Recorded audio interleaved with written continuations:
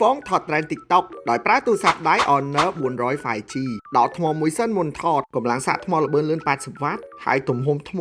ធំដល់6000មីលីអាំពែម៉ោងចឹងឥឡូវពួកខ្ញុំចាប់ផ្ដើមថតហើយកាមេរ៉ាវិញច្បាស់ញាក់មកកាមេរ៉ាគេលំដាប់ flagship មានទំហំដល់ទៅ200 megapixel អ្នកនរគ្នាមើលក្នុងវីដេអូនេះក៏ដឹងដែរបើហៅ background បានដូចជាងនឹងទៀតណាចេញមកដូចទៅសមុទ្រមែនតែនហ្មងរូបចេញមកឡើងច្បាស់ហើយមកទៀតចឹងតិចទៀតខ្ញុំ edit តិចតួចហើយបង្ហាញលទ្ធផលនៅចុងក្រោយវីដេអូទូរស័ព្ទដៃ Honor 400 5G នេះមកជាលក្ខណៈកញ្ចប់ AI ហ្មងដូចខ្ញុំតែឲ្យអ្នកនរគ្នាមើលមានច្រើនមុខណាដូច Cycle to Erase នេះចឹងដាច់ស្អាតហ្មងបើ AI upscale នេះសាហាវហ្មងបើអ្នកនរគ្នាមានរូបភាពចាស់ៗហ៎យកមកតម្លើង resolution ហើយនឹងភាពច្បាស់ចេញមកដឹងញាក់ហ្មងតែនេះដោយសាររូបវាច្បាស់ស្រាប់ហ៎និយាយទៅមិនចាំបាច់ download app ពីក្រៅទេ AI នៅក្នុងនេះញាក់ហ្មងដូច AI cut out នេះក៏លយដែរអ្នកនរគ្នាអាចកាត់រូបអ្នកនរគ្នាចេញមកដាច់ស្អាតហ្មងឃើញទេសំខាន់វាបំពេញ background ឲ្យអ្នកនរគ្នាបានឡើងល្អឥតខ្ចោះទៀតហើយចាំមើលខ្ញុំអាចរើរូបនឹងទៅដាក់ណាក៏បានបរិយាព្រមទំហំក៏បានដែរ Oh my god ហ្មងលយខ្លាំងសម្រាប់ AI out painting នេះក៏លយដែរ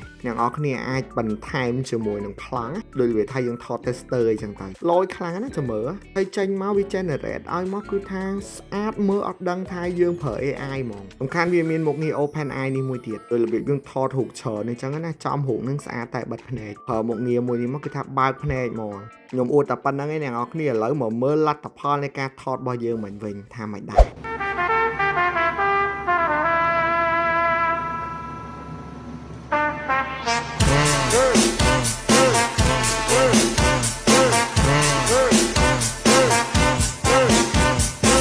ឲ្យមកលើមកដែរបាទសំខាន់ក្រៅពីមុខងារដែលខ្ញុំបង្ហាញណា Honor 400 5G ក៏មានមុខងារ AI ផ្សេងជាច្រើនទៀតដែរហើយបើថា spec មិនបាច់និយាយហ្មងអ្នកនរគ្នាចាប់អារម្មណ៍អាចចូលទៅកាន់ Facebook របស់ Honor ឬក៏មើលមាតិការបស់អ្នកផលិតមាតិកាយើងផ្សេងដែល review ពីទូរស័ព្ទ model មួយនេះសម្រាប់ smartphone Honor 400គឺមាន2ជម្រើសដែលមានតម្លៃ$369សម្រាប់ memory 256G និង399មាន memory រហូតដល់ 512G